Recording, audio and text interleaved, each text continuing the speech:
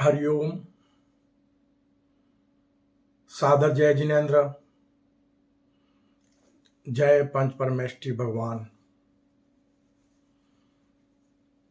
बंधुओं, कल की ज्ञान सागर के अनुसार आध्यात्मिक ज्ञान की बातें बताने से पहले मैं कल की साधक कैलाश मोहन सर्वप्रथम हमारी सुंदर सृष्टि के रचयिता, सृष्टि के सभी देवी देवताओं के, हमारे विश्व मानव परिवार के परम माता पिता परमात्मा, सृष्टि के सभी जीव जीवात्माओं के जन्मदाता पालनहार, देवलोक में विराजमान देविक शक्ति, देव शक्ति, सगुण परब्रह्म को सत सत नमन करता हूं, जिनका प्रतीक शिवलिंग है और आध्यात्मिक ज्ञानानुसार हमारे विश्व मानव परिवार के लोग उन्हें शिव शक्ति, आदम हवा और आदम ईव के नाम से जानते हैं। अपने परम माता पिता परमात्मा को नमन करते हुए मैं हमारे विशाल ब्रह्मांड के रचयिता, संपूर्ण ब्रह्मांड के स्वामी, जिसे किसी ने बनाया नहीं, जिस दिव्य महाशक्ति को कोई मिटा नहीं सकता, जो अनादि अजर अमर अविनाशी है, गुण दोष रहित है, जो ज्ञान विज्ञान और आत्मशक्ति स्वरूप है, जो दिव्य महाशक्ति हमारे विश्व मानव परिवार के सभी लोगों के हृदय में, सभी देवी देवताओं के हृदय में, आत्मस्वरूपता में सदैव विद्यमान रहते हैं, उस गुरुओं के भी गुरु, परम गुरुवर, निर्गुण परम ब्रह्म को भी मैं सत सत नमन करता हूं। बंधुओं, इसी के साथ मुझ कल की साधक को इस कर्म भूमि पर जन्म देने वाले मेरे संसारी माता पिता, जिन्होंने मुझे कर्म भूमि पर जन्म देकर मेरा पालन पोषण किया, मुझे सद्मार्ग पर चलने का ज्ञान दिया, उन संसारी माता पिता को भी मैं सत सत नमन करता हूं। और इसी के साथ देवलोक में विराजमान देविक शक्ति अपने परम माता पिता परमात्मा से और हमारे प्रभु निर्गुण परम ब्रह्म से, हमारे परम गुरुवर से मैं करबद्ध प्रार्थना करता हूं कि हे प्रभु, हमारे संपूर्ण विश्व मानव परिवार को वो सद्बुद्धि प्रदान करो, वो ज्ञान प्रदान करो, जिससे हमारी कर्म भूमि पर मानव मात्र सत्कर्मी निष्काम कर्म योगी बन जाए, मानव मात्र परमात्मा स्वरूप बन जाए, मानव मात्र निर्गुण ईश्वर के सत्य स्वरूप को, देवलोक में विराजमान अपने परम माता पिता परमात्मा के सत्य स्वरूप को और कर्म भूमि पर स्वयं के सत्य स्वरूप को जान सके, वो अद्भुत रहस्यमय सृष्टि सृजन का रहस्यमय ज्ञान प्रदान करो, जिससे कर्म भूमि पर मानव मात्र अपने मंगलमय जीवन के साथ अपना मानव जीवन सार्थक बना सके।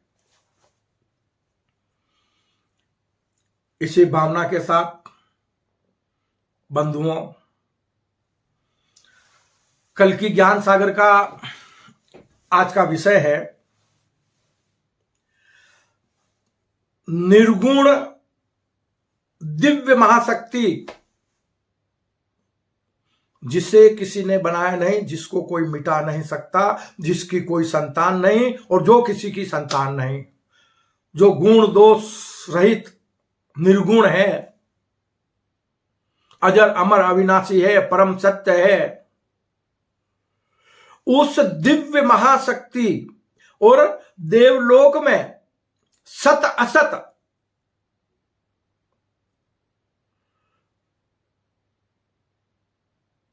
सगुण पर ब्रह्म जो दैविक शक्ति है, एक ही सिक्के के दो पहलू हैं।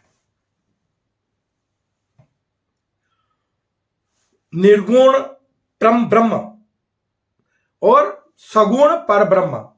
सगुण पर ब्रह्म दैविक शक्ति है, निर्गुण परम ब्रह्म दिव्य महाशक्ति है, जो सभी देवी देवताओं को और मानव के हृदय में दिव्यता प्रदान करते हैं।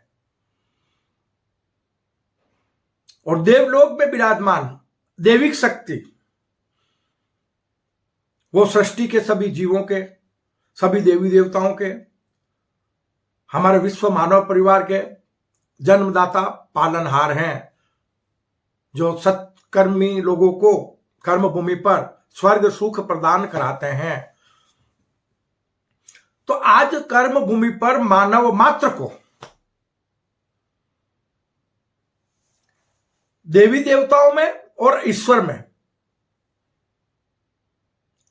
जो फर्क है उसे समझना जरूरी है।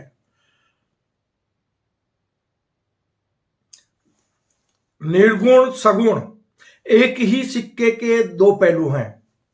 कल की ज्ञान सागर आपको बार बार बता रहा है कि निर्गुण परम ब्रह्म की इच्छा शक्ति से एको अहम बहुश्याम, एक से मैं अनेक हो जाऊं, तो विशाल ब्रह्मांड की उत्पत्ति होकर उन्हीं का सगुण स्वरूप का प्राकट्य होता है।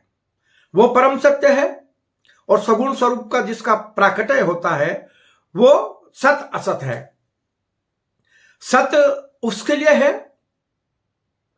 समझना बहुत गहरी बातें हैं कि उस दिव्य महाशक्ति की आत्मा का अंश उस सगुण परब्रह्म में विद्यमान है।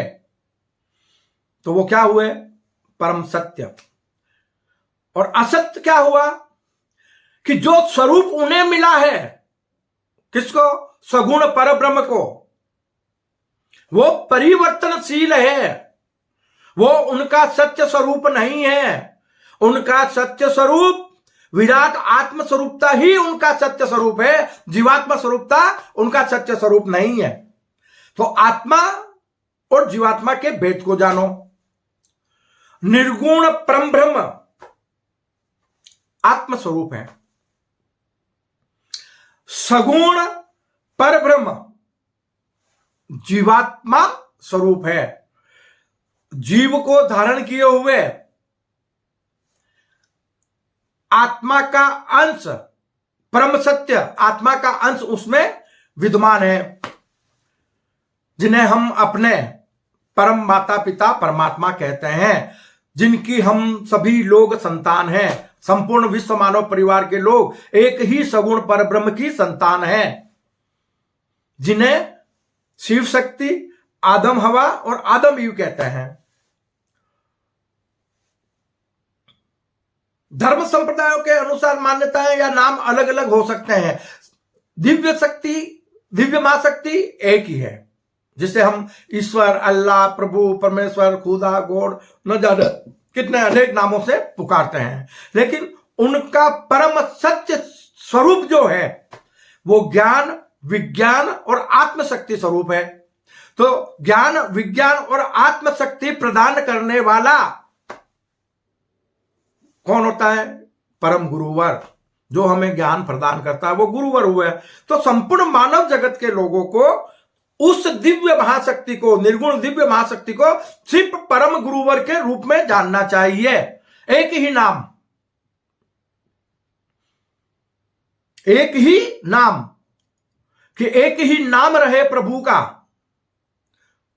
कल की साधक के हृदय की बात है ना, कि दर से उसकी आया हूं मैं, उसी के दर पर जाऊंगा, ना कुछ साथ लाया हूं, ना कुछ लेकर जाऊंगा। धर्म अहिंसा विश्व धर्म हो, सब एक माने परमात्मा, एक ही नाम रहे प्रभु का। एक ही नाम रहे प्रभु का, वो नाम तुम्हें दे जाऊंगा। सच बंधुओं, मैं खाली हाथ आया हूं, खाली हाथ चला जाऊंगा, खाली हाथ चला जाऊंगा। तो एक ही नाम कौन सा हुआ? परम गुरुवर। हम संपूर्ण विश्व मानव परिवार के लोग उस दिव्य महाशक्ति को, जो निराकार है, आत्मशक्ति स्वरूप है, जो ज्ञान विज्ञान स्वरूप है, उसे अपना परम गुरुवर माने और उसकी हम साधना करें। उसके द्वारा दिए गए ज्ञान के मार्ग पर हम सभी मानव जगत के लोग चले। ये हमारा मानव धर्म है।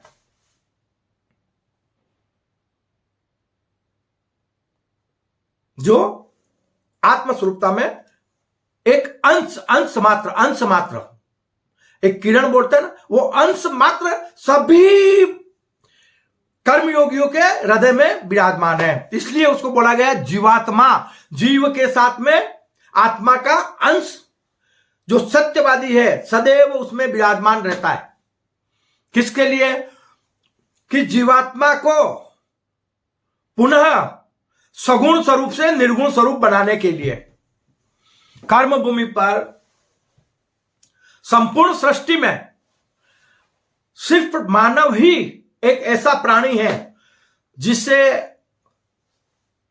सगुण परब्रह्म की सर्वश्रेष्ठ कृति, सृष्टि का सर्वश्रेष्ठ प्राणी माना गया है।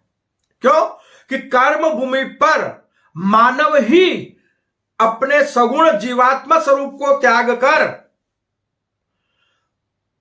ये नश्वर शरीर रूपी में से मुक्त होकर विदेही भाव में, विराट आत्म स्वरूपता में निष्काम कर्म योगी बनकर अपने सत्य स्वरूप को पाले। वो पूर्णतया इस तन में रहते हुए विराट आत्म स्वरूप बन जाए। ये हुआ आत्म कल्याण। बाबा, जब मैं से आपको मुक्ति मिल गई, मैं से आप मुक्त हो गए विदेही भाव में, न तो मैं देह का हूं और न ही यह देह मेरी है। प्रभु द्वारा 2 लाइनें दी गई है इस कल की साधक को कि ना तो मैं शरीर का हूं। कैसे भाव होने चाहिए मन में कि ना तो मैं शरीर का हूं और ना ही यह शरीर मेरा है। अब तो आन बसो इस तन में प्रभु, यह आत्म स्वरूप अब तेरा है, यह आत्म स्वरूप अब तेरा है, यह आत्म स्वरूप अब तेरा है। बंधुओं, वो निराकार है, निराकार का ही यह साकार रूप है। प्रकृति के पंच तत्वों से बना भौतिक शरीर नहीं, इस शरीर के भीतर विद्यमान ज्ञान विज्ञान आत्मशक्ति स्वरूप आत्मा और इस तन को धारण करने वाले सगुण पर ब्रह्म स्वरूप मनुष्य रूपी जीवात्मा, दोनों निराकार है। आत्मा को भी हम देख नहीं सकते, जीवात्मा को भी हम देख नहीं सकते, लेकिन दोनों परम सत्य है। जीवात्मा दैविक शक्ति है, अजर अमर अविनाशी नहीं है। याद रहे, जीवात्मा सृष्टि के अंदर अजर अमर अविनाशी नहीं है, क्योंकि जीवात्मा परिवर्तनशील है। उसका तन भी समय समय पर परिवर्तन होता रहता है और वो इसी तन को धारण करके देह भाव से मुक्त होकर जीवात्मा स्वरूप को त्याग कर स्वयं को विराट आत्मस्वरूप बना सकता है। देवलोक में ऐसा होना संभव नहीं है, जिसे आत्म कल्याण कहते हैं। उस कार्य के लिए देवी देवताओं को भी कर्म भूमि पर जन्म लेना पड़ता है। इसलिए कहते हैं कि कर्म भूमि पर मनुष्य योनि में देवी देवता भी जन्म लेने के लिए तरसते हैं। हमें धार्मिक स्थलों में जाकर अनेक प्रकार की मूर्तियां बनाकर, अनेक प्रकार की आमनाएं भावनाएं मानकर उलझने की जरूरत नहीं है। चिंतन करने की जरूरत है। आत्मचिंतन करो कि मैं कौन हूं, मैं कहां से आया हूं, मुझे किसने बनाया है, मेरे जीवन का मकसद क्या है। भगवान ने आपको मन बुद्धि सब कुछ तो दिया है ना, सोच सकते हो। सोचने की, बोलने की, जुबान से अपनी वाणी को व्यक्त करने की सारी शक्तियां तो मानव को दी है ना। तो बाबा अपने आप के बारे में चिंतन करो। स्वयं को जानो, स्वयं को उगाड़ो, स्वयं के भीतर जो ईश्वरीय वैभव विद्यमान है, स्वयं का जो अद्भुत रहस्यमय ये तन बना हुआ है प्रकृति के पंच तत्वों से, उसको पहचानो। इस तन की क्या महिमा है, क्या राज है।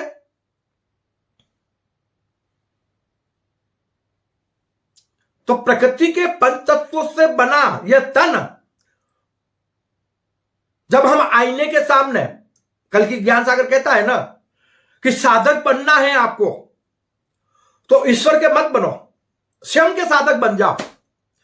स्वयं को जानो, स्वयं को उगाड़ो, आप कौन है।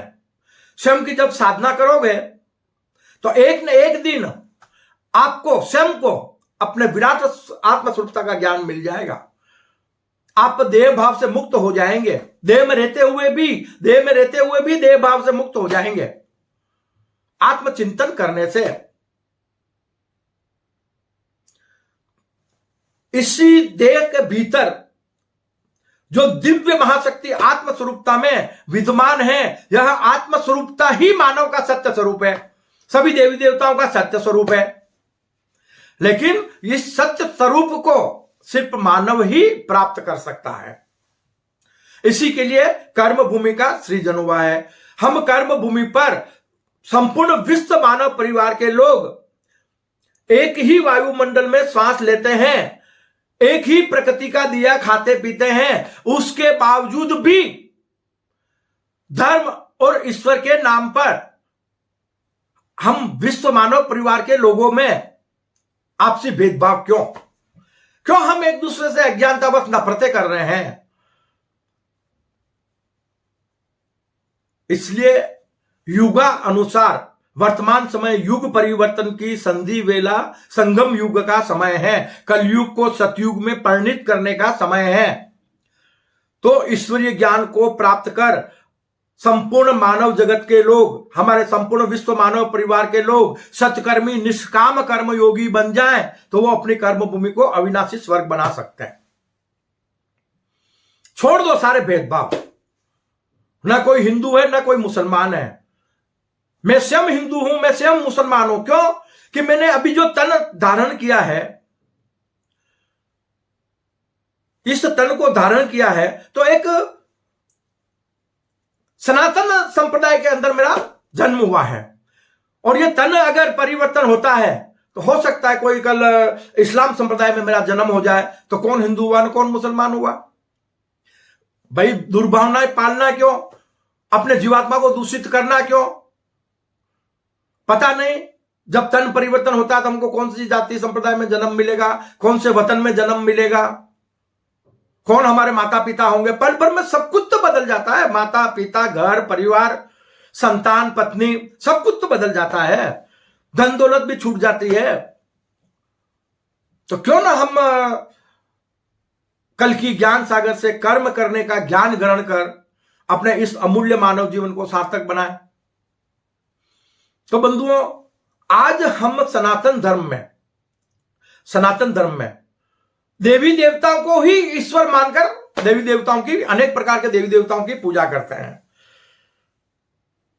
जबकि यह सत्य मार्ग नहीं है ईश्वर को पाने का।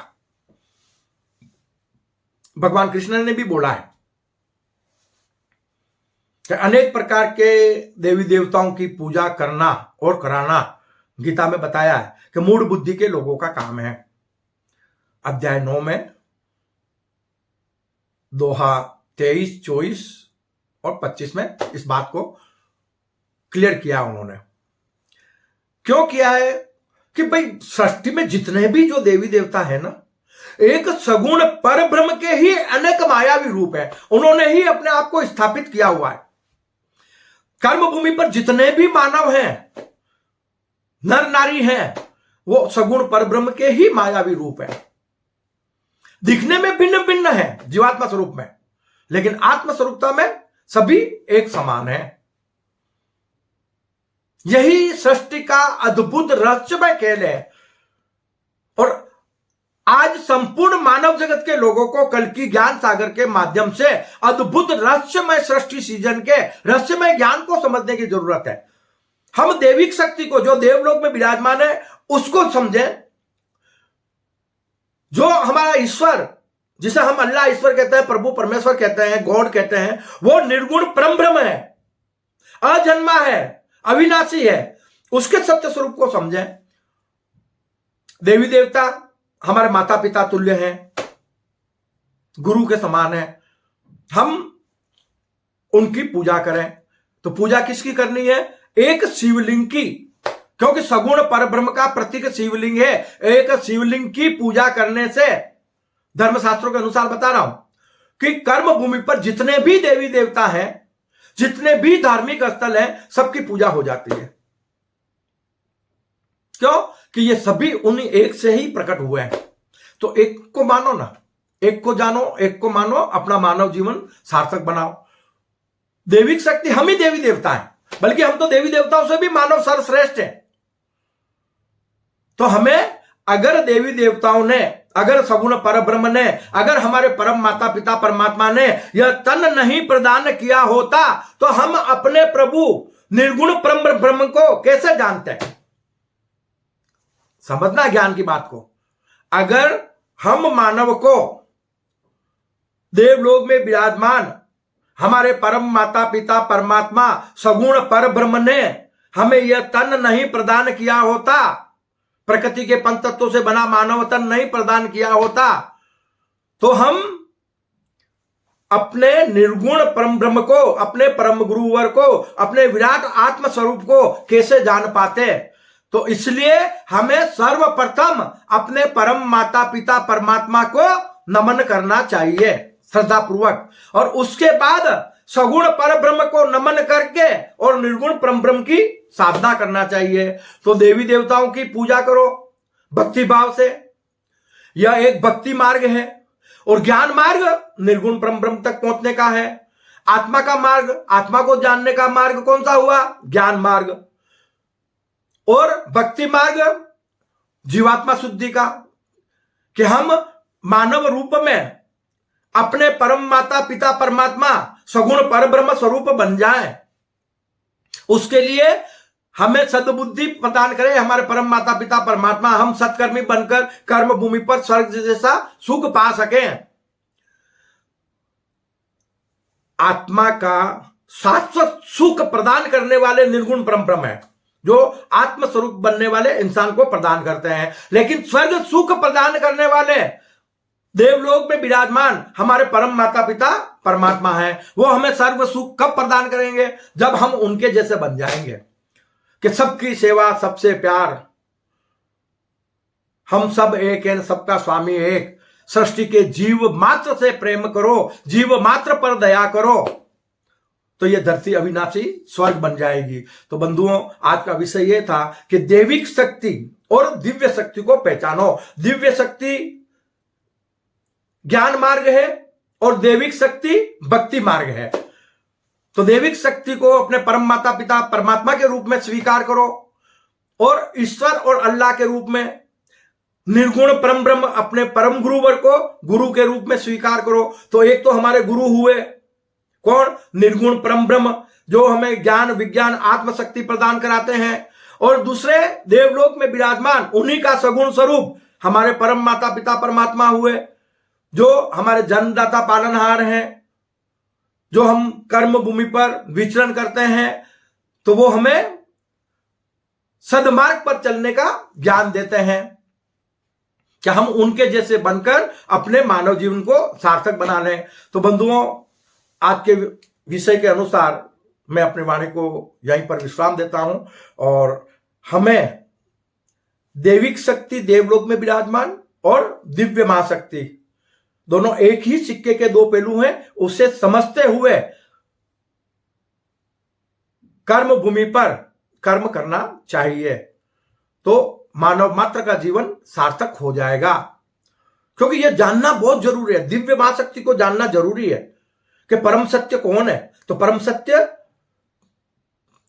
निर्गुण परम ब्रह्म, और सत असत सगुण परब्रह्म कहां पर? देवलोक में विराजमान है। तो हमारे भीतर, मानव मात्र के भीतर, क्योंकि हम उनकी संतान है सत असत्य के रूप में, तो मानव सत्य भी बोल सकता है, असत्य भी। और जब मानव असत्य का त्याग कर देगा, जीवात्मा स्वरूप का, और आत्म स्वरूपता में परम सत्यवादी बन जाएगा तो वो निर्गुण परम ब्रह्म स्वरूप बन जाएगा। इसी को आत्म कल्याण कहा गया है कि जीवात्मा स्वरूप से पुनः विराट आत्म स्वरूप बन जाना कर्म भूमि पर, इसे कहते हैं जन्म मरण से मुक्ति। क्यों कि जो इंसान में से मुक्त हो गया विदेही भाव में, विदेही भाव में से मुक्त हो गया, तो उसके लिए जन्म क्या और मरण क्या, राग क्या और द्वेष क्या और भेदभाव क्या, सारे कुछ मिट जाते हैं। ईश्वर निराकार है, वही साकार स्वरूप में, सगुण स्वरूप में अनेक प्रकार के देवी देवता और मानव के रूप में सृष्टि में भ्रमण कर रहा है। उसके सत्य स्वरूप को जानो, यही उसका सत्य स्वरूप है। सगुण भी वही है, निर्गुण भी वही है। मानव, सृष्टि के सभी देवी देवता और मानव निर्गुण ईश्वर का सगुण स्वरूप है, जो कर्म भूमि पर सगुण स्वरूप को त्याग कर पुनः निर्गुण स्वरूप प्राप्त कर सकते हैं। तो इसी तरह का ज्ञान आपको कल की ज्ञान सागर समय समय पर देता रहेगा, और आशा रखता हूं अपने संपूर्ण विश्व मानव परिवार से कि इस ईश्वरीय ज्ञान को, कल की ज्ञान सागर से मिलने वाले कर्म करने के ज्ञान को ग्रहण करते हुए आप सभी कर्म भूमि पर अपना मानव जीवन सार्थक बनाएं। इसी भावना के साथ अपने वाणी को विश्राम देते हुए एक बार पुनः मैं अपने प्रभु से प्रार्थना करता हूं कि प्रभु हमारे विश्व मानव परिवार को वो सद्बुद्धि, वो ज्ञान प्रदान करो जिससे कर्म भूमि पर मानव मात्र सत्कर्मी निष्काम कर्म योगी बन जाए, हमारी कर्म भूमि अविनाशी स्वर्ग बन जाए और मानव मात्र अपना मानव जीवन सार्थक बना सके। इसी के साथ जय अहिंसा, ओम विश्व शांति, सत्यमेव जयते, सत्यमेव जयते, सत्यमेव जयते।